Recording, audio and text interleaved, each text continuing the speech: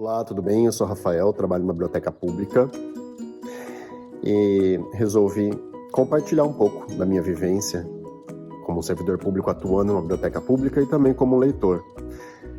Uma coisa que me fez pensar muito, eu tenho um Instagram e lá eu posto algumas resenhas de livros que eu costumo ler e a percepção das pessoas me chamou muita atenção. Algumas falando, nossa, você parece ser extrovertido, você parece assim, você parece ser diferente.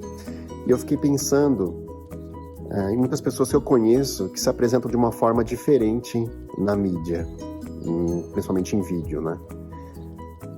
Então, eu sempre fugi muito dessa questão de vídeo, desde criança, que eu me recordo, vinha uma filmadora, eu fugia porque eu não gostava da minha voz, eu não gostava da minha aparência, eu não gostava da forma que eu gesticulava, talvez eu parecesse muito afeminado, e isso era pejorativo na época. Hoje em dia a gente se fala mais sobre isso, então é mais aceitável. Mas voltando, eu fiquei pensando em algumas pessoas que eu vejo aquela pessoa, eu sei que aquela pessoa não é daquela forma. E como ela utiliza esse instrumento como para venda, para um marketing pessoal. E eu pensei em utilizar isso também como exercício para treinamento e contribuição. Já que saiu a última pesquisa da Retratos de Leitura no Brasil, e o Brasil pela primeira vez, alcançou menos da metade da população, ela está lendo. Bom, falando então sobre biblioteca, eu vou voltar no passado. Eu sempre gostei muito de bibliotecas desde criança. Eu sempre fui uma criança mais calada, mais fechada, introvertida.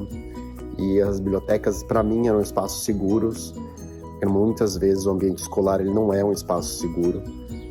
Eu falo com questão de bullying, com perseguição, que nós, crianças viadas, sofremos. É um termo que muitas pessoas não gostam de utilizar, mas nós existimos, essas crianças existem. Isso tem que ser falado, porque as famílias precisam entender e dar o devido apoio e atenção nessa fase da vida. E eu sempre gostava claro que eu tenho o privilégio de morar numa cidade que possui uma biblioteca gigante, então eu tenho muitas memórias dentro da biblioteca, quando criança, esquecia o guarda-chuva lá, passava o dia todo lendo, ou observando a chuva lá fora enquanto eu lia, ou jogava alguma coisa, porque a biblioteca ainda possuía jogos, ou até mesmo fora da biblioteca da minha cidade, como me recordo quando eu ia na casa da minha avó, existia uma biblioteca próxima à frente à praça pública, e eu ficava ali também, entre as estantes, folheando livros. E a gente está falando de uma época que não existia rede social. E vou falar um pouquinho também sobre essa questão, porque na minha época, os livros talvez que eram mais retirados para crianças e jovens seria a coleção Vagalume, e jamais eu poderia me enxergar, ver um protagonista abertamente, assumidamente gay dentro de um livro. E a importância desse espaço midiático para que a sociedade comece a nos ver, nos enxergar. Eu lembro que a primeira série foi Dawson's Creek, que existia um personagem assumidamente gay, foi um furor, assim. Quando eu falo assumidamente, claro que existia, mas existia de forma pejorativa, então eu nunca me enxergava nessas pessoas, eu não poderia me enxergar, por isso que é importante que esses espaços eles se abram, e a gente vê que hoje em dia isso é muito mais comum. Trabalhando na biblioteca pública, eu percebo que esses grupos minoritários, elas continuam frequentando a biblioteca e, acredito, vendo nela um espaço democrático, de segurança.